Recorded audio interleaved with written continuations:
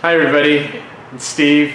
Day number 4 here at the Gerson Clinic in Tijuana, Mexico, and just wanted to share some more from the companion perspective on my experience here. And I think some of you may have seen on my Facebook account that I had posted, lost 6 pounds, no salt, no meat, no cheese in my diet for those last couple of days, and certainly the 3 meals a day along with the juices that I get here with those meals are having a positive effect on me and really inspiring me to look at other areas in my diet that I can make changes. And I think probably the next casualty in my diet is going to be coffee. I was a 2 to 3 cup coffee drinker, and what that ends up doing is just causing some havoc in my digestive system.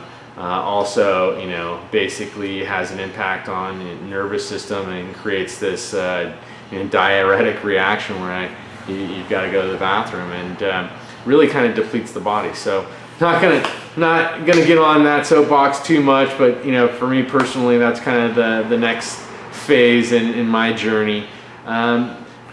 Other than that, really wanted to share, my perceptions, so far at day 4. I think when I made that post on Facebook, that kind of spurred some questions around, the diet piece.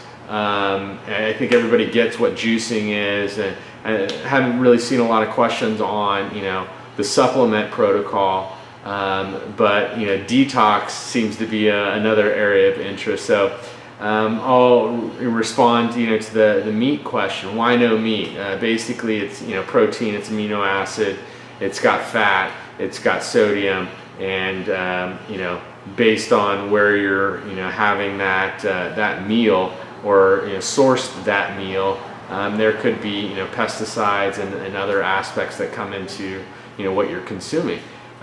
Net at the end of the day, it puts a load on your liver to be able to digest all of that meat. And when you're on a protocol like Gerson and you're juicing 13 times a day and having 3 meals a day and supplementing and doing all of that, that is a load on your liver itself, because you're putting good stuff in your body, as you should. And the net effect of that good stuff going in your body is that it's kicking butt on the bad stuff in your body.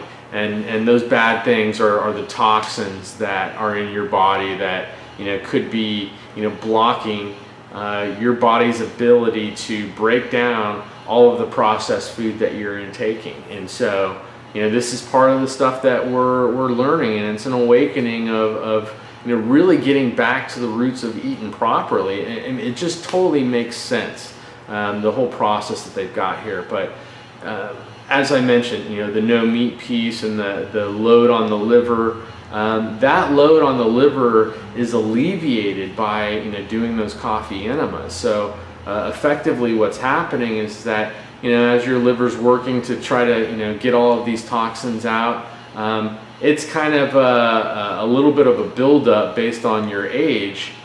How many years of toxins have you been taking in? So there might be a little bit of a traffic jam, I guess I'll call it, in regards to getting rid of those toxins. And so coffee through the enema basically causes the bile ducts in your liver to dilate and dump a ton of those toxins out through that process. And so it's really key, kind of those 4 components of the Gerson therapy, detox being key, because you can put a lot of good stuff in your body, but if there's not a good exit strategy, it's certainly not going to work out well for you in the end. And I think the other key is having the proper supervision, right? You got nurses and doctors on staff here 24/7. They're checking with patients, monitoring their vitals, making sure that the impact of drinking and eating all this good stuff is impacting the body in a very positive and wellness type of way. So I think one of the experiences we had today is, unfortunately, one of our members had to leave.